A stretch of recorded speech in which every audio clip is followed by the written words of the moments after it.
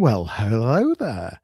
Thanks for joining us. You might be live with us right now, or perhaps you are watching the replay or listening. It is the 90-day website mastery podcast. Welcome. This is the perfect companion to our 90-day website mastery program and our book Web Proud, which is, of course, available on Amazon. It's our 58th episode, and my co-host Pascal is with us. Welcome, Pascal. Thank you very much. I can't believe people are allowing us to continue number 58. That's quite something, isn't it? And for our regular viewers and listeners, I apologize, it's been a while, but we've been busy.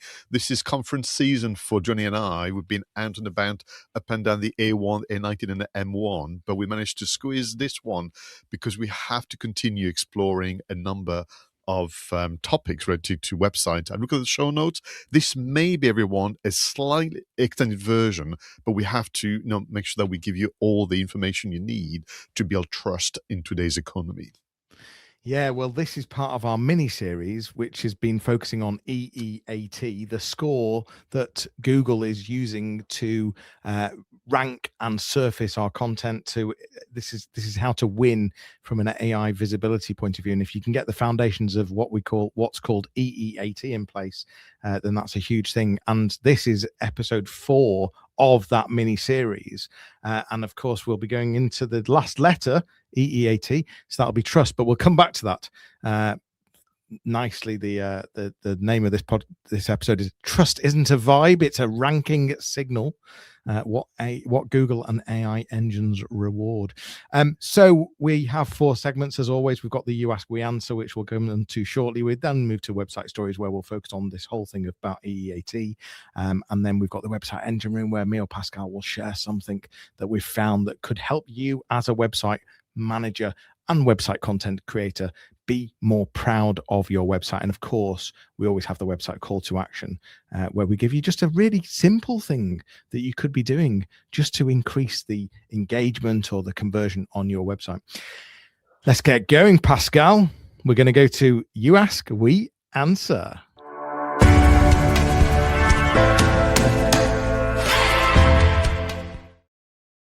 Now, this one actually is very interesting. This I mentioned a moment ago about you and I being busy with conferences. This question was asked when you and I were in Leeds. You remember a few weeks ago now, for the Digital Knowledge Exchange conference about AI and digital marketing. And I remember I wrote it down because I think this one is kind of interesting. So here it goes. Johnny, Pascal, you recommended mixing up short form and long form content to help with citations and AI overviews. Could you give us some examples of what you mean by long form content? And the thing is, Johnny, I think that in this question, there's something on the line, which is, it's not so much that people don't understand long form content, it's that they wish didn't have to do it. Can we be frank about it? I think that the question is about finding the inspiration and motivation of creating long form content. And the way someone could be inspired and motivated is to understand more about, what do you mean? This term long form content, can you maybe change it to something else that I can picture in my own head? Because the kind of the art and the science of content marketing is to find your one true voice, but also to find forms of expression that suits you best. This idea of looking forward, which I know is a grand kind of goal, but looking forward to content creation is so very important for many of our listeners and viewers. So before we even discuss long form content, can we talk about inspiration and motivation? What has worked for you to date, and for your clients for that matter? Yeah, I think I think you've hit the nail on the head, that people don't necessarily always enjoy it, but it depends on the person, doesn't it? And it gives you the ability. Long form content gives you the ability to be able to really tap into perhaps some of your passions, perhaps some of your expertise, some of your knowledge, and to really demonstrate to your reader or your listener, your potential audience, your understanding of a particular topic, your understanding of a particular subject, and your passions around it, and the knowledge around it, and the proof points around it, and the detail around it. And that's the bit that makes you not vanilla and different to other pieces of content. So the long form content allows you to get deeper into the passion. And I think, in terms of you're saying, how do you get that drive? How do you get that motivation? It taps into, understanding why you're in the business that you're in, why you're passionate about the products or the services that you offer, and giving you, if anything, a voice, a platform to be able to share your knowledge, be able to discuss all those thoughts that about your industry, the good things, the bad things. It gives you that vehicle to be able to have that conversation, I guess, and that's what I find that sets me free into wanting to get in to engage with long form content. I mean, confession time, I am not very good at short form content. And that's just, the way in which I suppose my education, my profession, and so on. So to be honest with you, when the long form content thing came back, maybe 10 years ago, I was happy because now finally I can kind of be myself, which I think is very, very important. For me, perhaps, the way to differentiate it is short form content.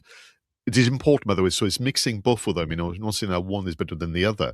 But short-form content allows you to explore maybe one particular facet of a question or challenge or story or whatever, and you stick to that one message and that one core kind of hook.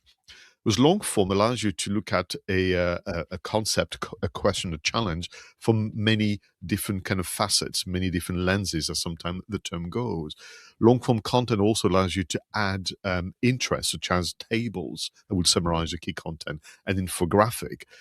You remind us in previous episodes as well, long form content could be a podcast, it could be a video, it could be a review of a book and so on. But typically when you're found long form content, mechanically there are headers and subheaders that allow the viewer to scan read, allows, which you'll cover in a moment, AI overviews to borrow some of those sections and so on. But I think for me, long form content allows you to explore it from different perspectives, allows you to maybe say, well, so this is the core message, but let me add maybe questions you should be exploring. Let me add some actions you should be looking into. Let me add some pitfalls to watch out for, which is a formula that you're not teach during the workshops and so on.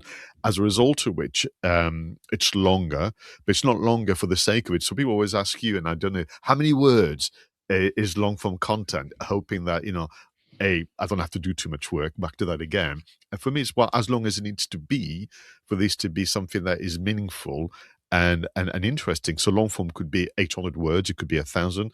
I did a test, as you know, and I did a big, massive essay on Google, AI workspaces, including Notebook LM, now called Gemini Notebook, and it's 12,000 words. And I wouldn't do that regularly, but I want to kind of see what happens. But it's 12,000 words looking at 5 different platforms. Already it's not that many words per platform, and each segment has subsegments. So for me, it's this idea of, do you have an interest? I would agree with you. Do you have a desire to be helpful?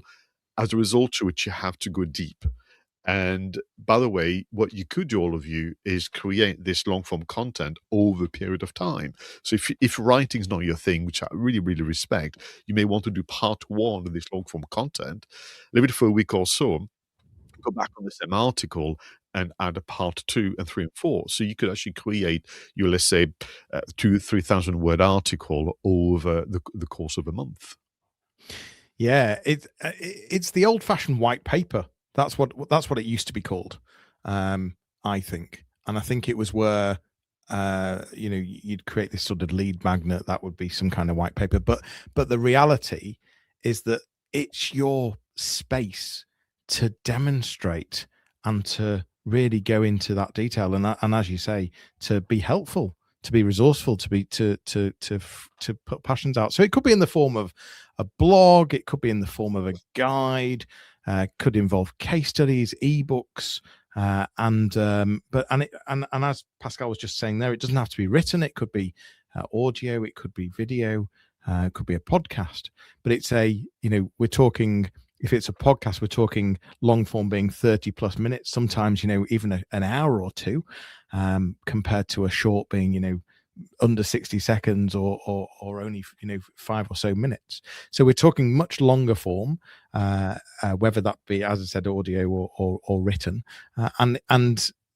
But it's very easy to break this up, isn't it? So like you've said in that article that you've done, it was based on 5 platforms. Each platform has particular sections. like on this podcast is a brilliant example because we have 4 segments, so we've broken it up, and that then makes it very easy to create that shorter form content as well. So if you can, you can take short form and you can turn it into long form, but at the same time turning long form into short form is also very easy. So you can go both ways, but the long form is the opportunity to really dive deep into a particular topic or subject and explore it. And what I find doing long form content is you learn, don't you, as you're developing this content, that not only are you sharing your passions and skills and thoughts, but you're also learning at the same time. And that's the bit that I really enjoy actually out of long form content. It's this self-reflecting and the self-learning as well. I agree. And long form as well, you discover new sources of information. So part of the beauty of long form, I love citations, saying, oh, by the way, if you find this interesting, here's the the official source from Google, Microsoft, or another. And I discover new resources. But for me, because we're asking for examples, the two that we teach, as you recall, from the Notebook LM for websites masterclass is the almost kind of premium news roundup. So this idea of once a month, you are helpful to your audience by summarizing and reacting to the important news items of that previous month. So a news roundup, a proper one, can be a good form, long form content. And then really, for me, the inspiration is a recent conversation with a client. They asked you a question, practical question, you replied, but because you wanted to be obviously sensitive to the nature of the meeting or the duration of the meeting, you gave top level replies.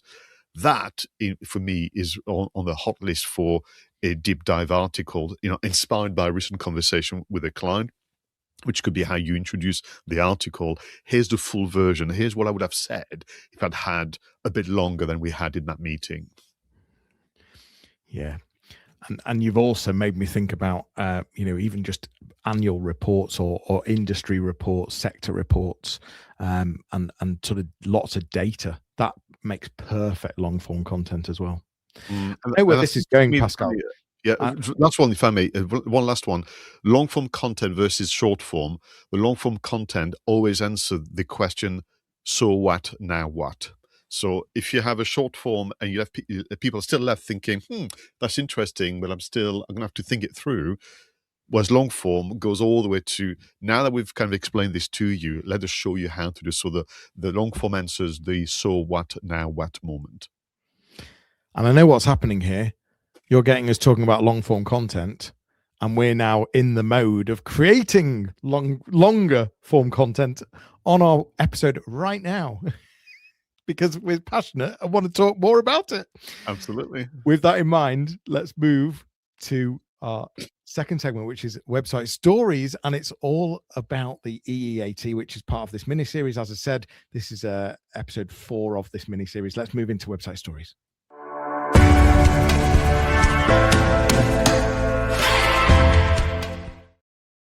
Now, as a reminder, this is our reaction and our extrapolation, if you will, of an article published on Ahrefs by Mateusz Markusewicz and Joshua Hardwick, and the title, EEAT, How to Build Trust and Boost Web and AI Visibility. We've been exploring, obviously, the previous letters. So as a reminder, E for experience. That essentially, Johnny is asking the question, have you done this before?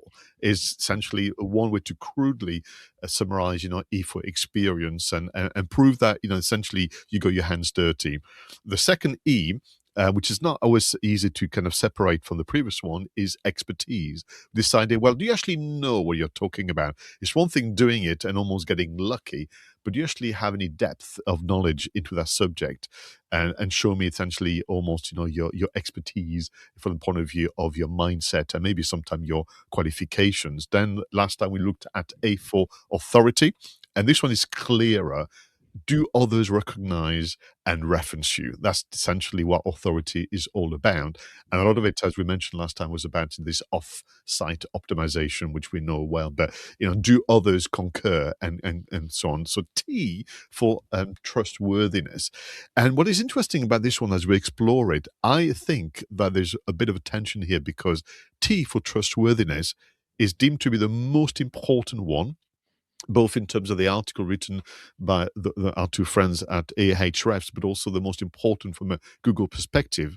But it is the least interesting to do for website owners and managers, as we'll see in a moment, because it's almost like nowhere near as rich in storytelling and kind of references and the others. So we're going to have to be super careful and find ways, all of us, to be motivated to look after the trustworthiness of our website when it's actually nowhere near as interesting as expertise, authority, and experience. And for me, the best way you can look at it is Google have their guidelines, as we know, and what they are looking for are things that belong to the categories of accuracy of content, honesty of the claims, safety of the website, and reliability of the website as well. So they're almost kind of mechanical ways of looking at trust as well as people ways. But the sure wins, the kind of I've not used that term for a very long time. The low hanging fruits would be obviously to take care of your about us section to make sure that you use the HTTPS encryptions and so on, and a few other things that are kind of dry and not particularly interesting. So I'm not, I don't wish to belabor the point, but for me, it's kind of interesting. Trustworthiness is by far the most important factor, but for us humans and website owners, the least interesting to kind of navigate and manage. What do you think? Well, it is all about trust. I mean, when you're buying something, whatever that scenario is, you're always, price comes into it, of course, and sort of the quality, and can this service or product do what I think it could do? But really, one of the things that it always comes back to is, do we trust this situation? Do we trust this person? Do we trust who we're buying from? Do we trust the service or the product? And so that's why we look at reviews. That's why we read reviews. I was sort of holding myself back because there's a whole sort of connotation about reviews and whether fake reviews, etc., etc. But in the main, we're looking. So when we choose a hotel, we look at what star hotel it is, and that builds trust, understanding based on, well, if they've managed to get a 4-star or a 5-star, that develops an element of trust, and so there's that sort of baked into us. So when we're making any purchasing decisions, we're always thinking about trust, and as Pascal says, some of it is just purely from a technical point of view. So have we got the website set up correctly? Are we using HTTPS? Are we making everything secure? Have we got GDPR policies in place, privacy policies? When someone enters data into a form, are we very transparent about how that data is used? Are we making sure that we're not tricking someone whilst they're buying, the old Sports Direct days when you bought something and you always ended up with this large mug and you thought you'd received it free, and you then look back and you realize that you've paid 10 quid for it because you didn't quite realize what you were pressing in the checkout. So it's avoiding stuff like that, and as Pascal was just talking about there, it's about accuracy as well. It's about making sure that if, for example, on a B2C website, a product website, that e-commerce, making sure that the description is really, really accurate in terms of making sure that you're not overselling, and showing honesty as well. So how can you build trust? Other ways of building trust, well, sometimes people talk about being a member of particular organizations, being accredited, having those proof points. Have you won awards? All of that builds trust as well, and having some credible, transparent, and honest badges on your website. So not just finding badges for the sake of it and just putting them on your website, but have you got really good reasons to be using some perhaps very strong badges on your website? So I think there's lots of ways that you can build trust, but it's a fundamental part of human nature when we're making any purchase, and so therefore it's got to be focused on. Yeah, and back to the point. So this one, is more about a checklist moment, because it's not as much storytelling. So If you use again the subheaders of website security, transparency, accuracy, and honesty, and then you can kind of ask yourself the question, what are we doing to achieve that? So with a website, and you've got the HTTPS, you mentioned, to have all the right policies, but also as simple as, when was the last time this was updated? To have that, written in black and white is very, very important. If you're making claims again about what you can do for people, are they, essentially being matched with evidence that is the case? It's all part of it. There's one that you mentioned many episodes ago about if someone has to fill a form or go through stages, could be to pay or to register, and to have a progress bar that shows them, essentially you're nearly there, because people don't like what they call, the unknown. But, looking at the article again from Ahrefs and our own experience, for me, trust is this idea of using those categories of trustworthiness, if you will. And at the heart of it is, how do you do what you do? And are you being explicit even with the boring bits, like privacy policy and health and safety, and how you onboard new clients and so on? All this level of clarity is very, very important. But that leads me to maybe a rather controversial thought on that. I am wondering whether actually the team at Google has stretched a bit the acronym, because for me, in my head, I'm thinking there is trust, and it is achieved with experience, expertise, authority, and maybe something in the lines of honesty. Because otherwise, the danger here is that under trust, you repeat what the other three letters have been kind of doing for you. So, listen, humbly, I'm not saying Google got it wrong. What I'm saying is that maybe things have moved on quite a bit, with our thinking. And I wonder whether trust equal expertise, experience, authority, and honesty. This side of being open within reason. You don't want to give away the secret sauce of the competition, because and I think part of this honesty is that which is, you have to, in the UK, honestly publish all your policies on your website. In the UK, you have to honestly publish your VAT number on your footer and your reg number. All those boring bits. Part of honesty is to say, this is the team that we have working with us. Part of honesty is saying, these are the products we use. This is the provenance of our suppliers. All these kind of inner workings that has to be kind of being featured takes time. Sometimes we do what we do without thinking, so it takes time sometimes to remember our day to day. And as a reminder for everyone listening and watching, your ordinary is always someone else's extraordinary. So the bleeding obvious needs to be part of that as well. But I wonder whether the EEAT needs to be kind of revisited, by all of us. Well, the whole way through, we've found crossover across all of the letters, and you're right, they all sort of feed each other as well. But yeah, perhaps it's time for an update as well. That hopefully gives you a very good all-round answer on what EEAT is all about, and that's in a way our long form version split over 4 episodes, taking each of the words in turn. But yeah, I mean, if you haven't heard the previous 3, have a listen, and put the 4 together in total, and you've got the secret sauce on how to increase visibility, how to increase your rank, how to increase your position in AI, in Google, etc. So brilliant topic, Pascal. I'm really glad we've worked on that one. Thank you. Let's move to our next segment, the website engine room.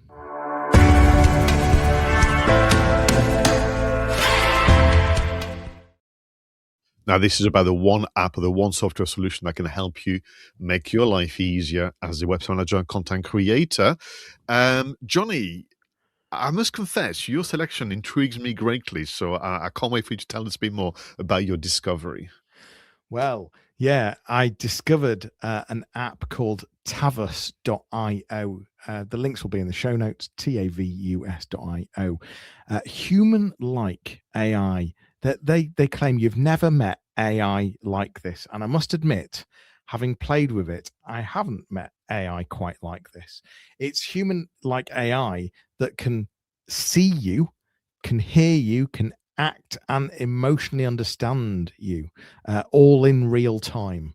So it can be used as a pre-sales. It can be used. There's lots of different areas of a customer journey that this could be used on. But where I'm seeing it heavily is on pre-sales. So leads, inbound leads onto websites, and go onto the website and have a play. Tavus.io. There's no cost to have a play with the app that's on there, and just to understand how clever it is, just ask it what you're wearing, and you'll start understanding that it can see you, it can hear you, it can look at your emotions. So in a sales conversation, whilst it's talking, it can see how you're reacting, and in real time it can react to that as well. Now, there's a long way to go with how polished this is, but I'm impressed. Having played with lots of different virtual AI bots, this one is seriously impressive. No, thank you very much. But what is interesting about platform like this one, sometimes is the version today is almost like a hint in terms of what's coming next. And have you got some thoughts about, the Tavus.io 2.0, if that's the right expression? Because sometimes you play, but actually what they're building is something even better and even greater. Do you have a sense of what's coming around the corner? Yeah, it's a very good question, Pascal. I must admit, I take you back to the point that I've not seen anything as good as this, and I'd say that I'm impressed with where they've got to. To be perfectly honest, I can't even imagine where they're taking it next. But I am confident there'll be a roadmap, and I'm confident they'll be working on version 2 without question. But I must admit, I'm impressed with where they are right now. Super. So listen, my selection is actually inspired by our reference in segment 1 of our conference in Leeds, Digital Knowledge Exchange Conference, and it links to AI overviews, it links to long form, it links to citations, visibility, and an AI kind of mode first internet. I need to make people really reconsider their relationship with Google Business Profile or Google Maps, if you will. Now, this is not new, but Google are spending an absolute fortune on the platform. And their demo during the Google I/O conference of this year, Google I/O 2026, is very clear that they want to make Google Maps the new internet browser. People say, sorry, what? Say that again? They said their view now of the world is as follows. People will access the world's information, the world's knowledge in 3 ways: YouTube, Google Maps, and AI mode. And we've got to take a hint. We've got to pay attention because they have the data, they have the trends, they have the engineers and so on. And what is literally demonstrating, Johnny, if you recall, was someone could do a search to buy a product, but actually they almost stay within Google Maps and continue to have a conversation about the business or the subject matter or the service or the solution. So they've entered the internet, they've entered access to the world's knowledge via Google Maps, whereas to date, Google Maps is known to us as finding directions or finding a business listed that I may or may not buy from. This is going to be different. You're going to start with Google Maps, but then literally the Google search experience that we now know will then almost follow very, very intuitively and very naturally. So I want people to go back to Google Business Profile. I want you to be inventive. Don't be limited by the labeling of the fields. Just find ways to have lots of information about your business, and make sure that you start to use 2 things: the updates, put some short form content on this, and of course start to get regular with your reviews. You don't have to have tons of reviews to do very, very well on Google Maps or Google Business Profile. Yeah, I think you've identified something very strong there, and it makes perfect sense that once they've got you in there, they don't want to lose you, and so it would make sense to add more to it. And the obvious thing is adding some kind of AI mode to the listing, and that way you can then interact more with the business and ask questions that perhaps the AI is answering based on the content it's got from your website, etc., etc. So yeah, I think doubling down now on Google Business is absolutely the right thing. Very good call, Pascal. Our final segment, the website call to action.